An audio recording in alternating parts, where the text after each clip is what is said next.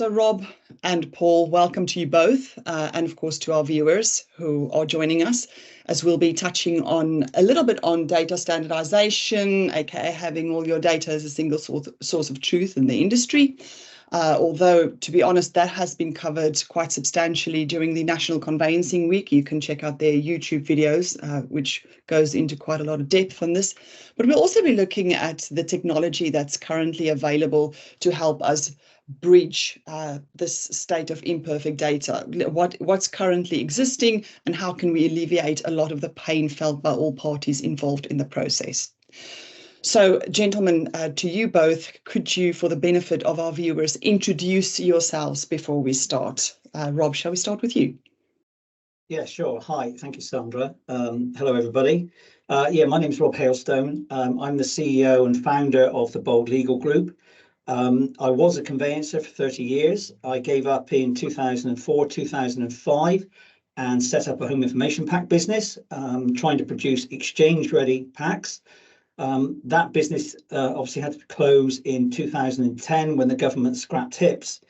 I didn't want to go back to conveyancing, having done 30 years at the front line, so I decided to set up the Bold Legal Group. Bold was supposed to stand for Bundle of Legal Documents because I still wanted to produce a pack. That wasn't going to happen back then. I realized that pretty quickly, although we may be coming full circle now with material information and upfront information. So I built the Bold Group. It's now a membership of about 650, 675 law firms, all of different shapes and sizes. I update them on a weekly basis on anything and everything that's going on in the property market. We have a fantastic online forum where members will post questions and other members will come in and answer them. They'll offer to share precedents. It's a fantastic community. And yeah, I do that, and that's my day job now. Good stuff. Thank you very much. And Paul? Thank you, Sandra. I'm Paul Halliwell. Good day, everybody. I run ViewMyChain. I'm the executive director responsible for the business. My background is actually not property at all. I am a serial tech growth person. So I've done businesses. I was the founding MD of TalkTalk. I've run digital media businesses. I've run property portals. I've run recruitment job sites. So I'm coming to this with perhaps not as much industry knowledge as Rob, and I'm currently running ViewMyChain. I think your tech knowledge is my tech knowledge is probably less than your industry knowledge, Paul. Well, hopefully this will balance out and we'll be able to have an interesting discussion. Good, because I've got quite a few questions for the both of you. Right, so we shall just dive in. Paul, let's start with you. Could you summarize for us, what does ViewMyChain do for estate agents?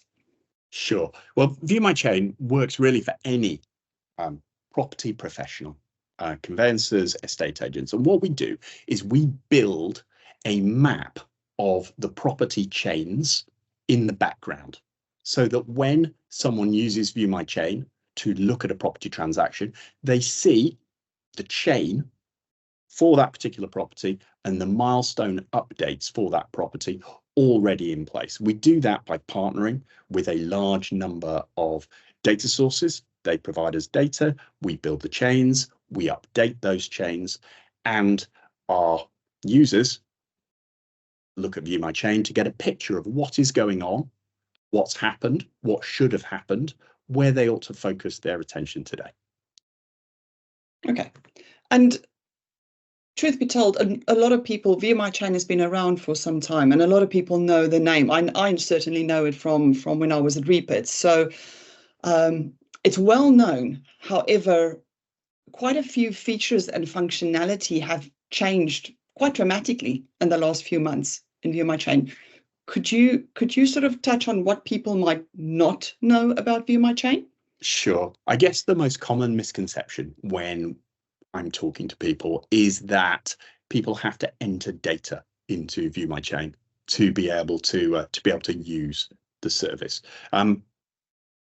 What actually happens is we take the data and we build the chains in the background. So when someone logs on for the first time, the data is already there for those property transactions. So we've got partners that range from Simplify, OMP, Landmark, Groundshaw, Alto. So we have a lot of data sources. We build the chains, and the data is already available when someone first logs on. And of course, what we're trying to do is we're trying to really do three things. We're trying to reduce the amount of admin, sitting on hold, waiting for someone to give you an update. We're about improving certainty, so reducing the number of fall throughs, and actually speeding up the time to complete by making sure that people know what is going on without having to chase for those updates. Oh, that's to be honest, that seems like just the right thing. Having recently gone through the home buying experience, that certainty would have been great to have. Rob, this sort of seems like the obvious thing to do. Has anyone tried this before? Because it just feels like it should have always been there. Yeah, I don't think there's enough emphasis put on being able to view the chain. Has it been done before? That's a very big question, because yes, it has. I mean, back in the day when I was doing conveyancing, we're talking in the 70s, 80s and 90s, and a little bit later after that, we just had chain sheets, paper chain sheets, eventually emailed to each other with the parties in the chain. And that was great. It was a help. It was a start. Mm-hmm. And I think about, I don't know, 15, 20 years ago, maybe more, the Land Registry tried to introduce some kind of chain matrix. They spent a lot of time putting together the system. It was a traffic light system, I believe. They spent an awful lot of money, 20 million plus, so I heard, on producing this system. And for some reason, it didn't work. It wasn't released, and it was scrapped, which was a pity. Excuse me. And then a few years ago, the Law Society again tried to set something up called VEO, which again was a sort of chain view system. They also spent an awful lot of money, in excess, I've been told, of 10 million on this. And it's common knowledge, so I'm not saying anything I shouldn't, but there was very little to show for that after they spent that money. In fact, there was nothing to show for it, just a few still slides. So people have tried to do it and spent a lot of money on it. So to hear that you are this far along, Paul, is great, and hopefully you haven't wasted your money as well. Yeah, we haven't spent 20 million. We definitely haven't spent 20 million. I think there are lots of other places where people can view chains. Essentially, the paper chain sheet online is definitely a thing. And there are lots of systems that allow a property professional, I guess commonly an estate agent, to actually pour their knowledge into that empty vessel. And they type it in and it all looks absolutely beautiful. But you do need to type it in. And often you're already typing it into somewhere else. You're typing it into your CRM, you're typing it into some document management system. And what you don't really want to do is type it into yet another place. And I think, I wasn't involved, when those initiatives were started and finished. But certainly I see that now, that there have been products over the last couple of years which just really haven't got traction because it required people to do that double entry. And I guess the aha moment for the guys who founded ViewMyChain back in the day, it was about having the data there before someone logged on, trying to build the chains in the background. Yeah, that sounds like a much more practical and better idea. Conveyancers are very busy and time short, so they don't want to be doing any double entry, etc. if they don't have to. Yeah. And also, I think, Paul, one of the things that I heard mentioned was the data is only as good as the person that you're calling up, as an estate agent that you're calling up, and if they've done their parts, and the data that they then give to you, versus if the data is almost from independently sourced and it all comes together, there's probably a lot more reliability in that, I'm guessing. I think certainly a lot of our data partners are the best source of the data. If it's related to searches, then one of the search platforms is a really good place to find out what's actually going on. I was really surprised to find how much of people's knowledge was actually developed by just picking up the phone. And it sounds like you just pick up the phone, but of course, some people are actually spending large amounts of their working day picking up the phone and sitting on hold, waiting to find out an update for a particular line item. And I've heard of people who, you know, you get through to someone, you actually want to ask them 2 or 3 things, but they're only allowed to answer 1 question. If you've asked that 1 question, they need to hang up again, and you have to join the back of the queue to ask. So that would just drive me absolutely mental. So yeah, finding the best place to get the data and then building the chain and updating that chain, you know, does seem to have a pretty significant impact on how much time people spend chasing. Well, Paul, you mentioned some very big firms, ONP, etc. Is ViewMyChain a good fit for a small to medium-sized law firm as well? Yeah, well, absolutely, because we have most of the chains. We don't have all of the chains, but we've probably got 3/4 of the chains that are in existence already in the system and being updated. We've got good search coverage. We've got good milestone updates. So it certainly provides a view for any type of conveyancer. What's going on with their particular transaction? Are they in a short chain, a long chain? And the updates that they see for the properties that they're not directly involved in. You know, obviously they know what's going on their property because that's what they're doing. We're not trying to update them on that, but what we are able to tell them is what's going on in the adjacent property purchases and how that may or may not impact what they do day to day. Okay, great. Rob, are there, that's a nice thorough answer. Thanks, Paul. Are there any other industry initiatives that are currently underway at the moment in terms of data standardization that you're aware of that's happening? I think there's the new Open Property Data Association, which has been recently formed, excuse me, which I'm sort of following relatively closely. I mean, I'll just read a few words I took from their website. Their mission is to promote the sharing and use of trusted open property data and to provide a forum for collaboration and innovation in the industry. They believe that open data and technology standards are essential for making informed decisions about property, whether you're a buyer, seller, lender, intermediary, surveyor, or conveyancer. And they aim to create standards, foster collaboration, and provide resources to support the development of innovative solutions in the property industry. So I think that's the main initiative that's going on as far as data is concerned in the property industry and conveyancing. There's other initiatives going on that are perhaps linked to data. There's the new material information guidance that trading standards have brought out, and some other initiatives, but that's the main data one, I believe. Okay, great. And then, Paul, what role is ViewMyChain playing in this whole process of standardization? I mean, we're generally very supportive of the data standardization initiatives. We try to get involved. I think they're generally a really good thing, and frankly, it makes our life a lot easier. You know, if item X is always labeled item X and always comes in the same format, yeah, everybody's life is a lot easier. If every single property transaction has the UPRN on it, that is certainly a better place for our technical team. I think maybe it's not really that we diverge from what they're trying to do there, but I think what we've made it our mission to do is to really make some sort of order out of the current chaos.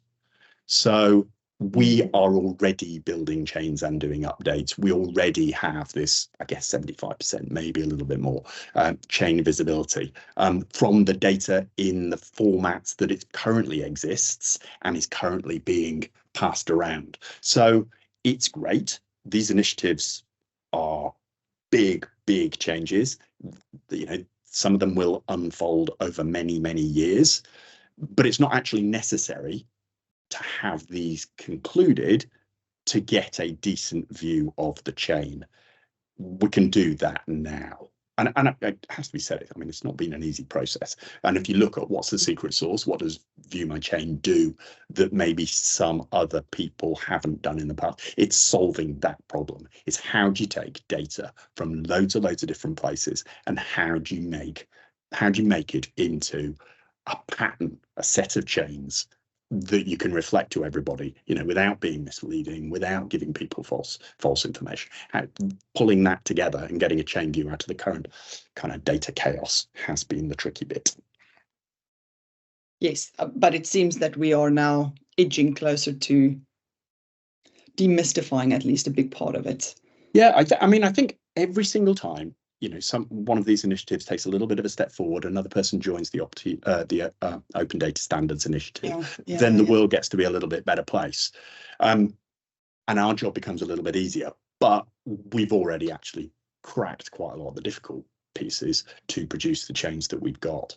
And, as I said at the beginning of the answer to this question, we're really supportive. They're all good initiatives, and we will do our bit in making sure that they all move forward. Paul, are you able to explain how and where you get the data from to construct the chain view? Yeah, we're quite open about our data partners. In fact, some of the execs who run those data partner businesses have done videos for us explaining why they're involved, and they're up on our website. So we're effectively taking A and B property links and milestone updates from lots and lots of different providers, so lots and lots of different people, and then we're sort of mashing it all together. So X provider might tell us that something happens with a search. Y provider might tell us that there is a mortgage offer in place. Z provider might tell us that property B is being bought by the people who are selling property A. And it's deciding which property we're actually talking about, and then deciding when someone says, here's an update, exactly what is that update telling us has changed. Terminology is different. Terminology is different when the data comes out of different systems, which is exactly what needs to change in the future. But since it doesn't at the moment, we've got to map all of that together. So it comes from different bits of data come from all sorts of different providers. Okay. Sounds very comprehensive. And it's possible that you can find your way through to a property transaction about which we know almost nothing. They definitely exist. It's quite hard to do that now because we have enough data partnerships that we know something about pretty much everyone, and quite a large number we actually know everything about because we have complete coverage from people who are involved in moving that particular transaction forward. Okay.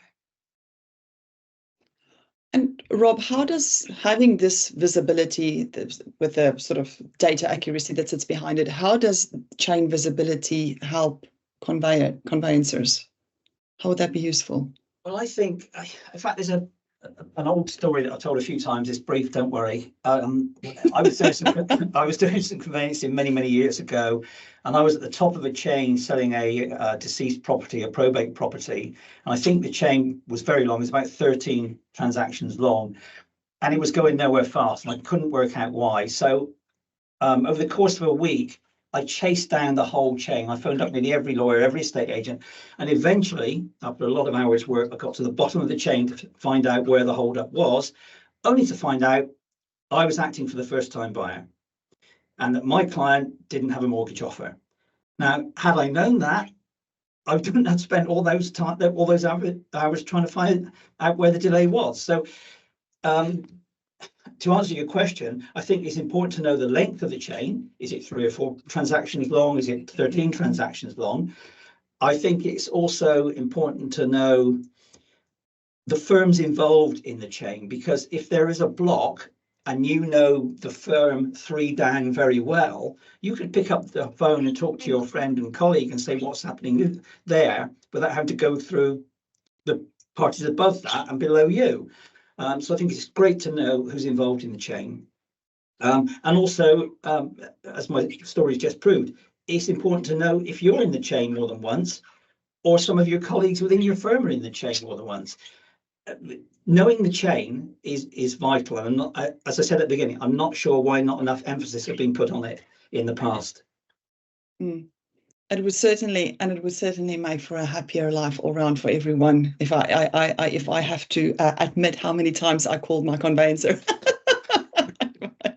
Yes. Stop calling me women. Well, that would help. If it reduces the incoming to the conveyancers, that would be great as well. Yeah. You know, you did sometimes have a view that it was like, well, if you stop calling me, I could get on with doing my job. I wouldn't have dare said that. Oh, maybe I did once or twice. Right. Back to you, Paul. What is coming up? We don't have a lot of time left. What is coming up for ViewMyChain? I think probably the most interesting thing, the most pertinent thing to this conversation is that we are looking to bundle ViewMyChain as a disbursement, so that actually we can pull that together with all the right approvals, with all the right paperwork, such that we provide a service to the home buyer and give them some visibility through their conveyancer of the property transaction. And I think if we can bring a little bit more revenue into the ecosystem on the back of that, and also perhaps deflect some of those inbound calls, that would also be quite useful. So we don't exactly know what that's going to look like yet. We are in development mode. So we're speaking to a lot of stakeholders to try and work out exactly what it is that we should build. But I'm hopeful that we'll have something to go to market within the second quarter. That sounds great, actually. Very relevant for right now, for where we are. I think if we can do things like we can produce a chain map, we can produce something like an automated chain map. Now, obviously, you don't want to share every address in the chain to a home buyer, but it might help. It'll help smooth the communication. So yeah, that's probably the biggest thing that we're working on at the moment. Yeah, because let's face it, at the moment the waters are so muddied, it really creates so much uncertainty and stress. Anything that will help to reduce that, right? Rob, any parting thoughts before we wrap up? Yeah, I mean, there's quite a lot going on in the world of conveyancing at the moment. We've got leasehold changes coming up. We've got possibly changes to the way contracts are being exchanged. We've got material information, upfront information being looked at again. People want to improve the home buying and selling process. When I was doing it back in the 1700s, 90s, it was quicker, easier, less stressful, etc., etc. It shouldn't be. We're in the 21st century now. We've gone backwards rather than forwards. Now, there's no silver bullet to the problems we've got, but chain view is one of maybe 6 silver bullets in the revolver. Upfront information might be another. Something else might be another. So I think all conveyancing agents should seriously consider a good chain view. And I think that also what is important at the moment is we need better collaboration between conveyancers and conveyancers, conveyancers and agents, and maybe agents and agents, and surveyors are involved in that as well. We need to move forward a lot quicker than we are. It's going backwards all the time, is my summary. And just one thing, if I can finish on, ViewMyChain kindly agreed to sponsor the Bold Legal Group conference on the 19th of June in London. So if anybody wants to come along and talk to Paul and or his colleagues, that's the place to do it. Fantastic. Thank you very much for that, Rob.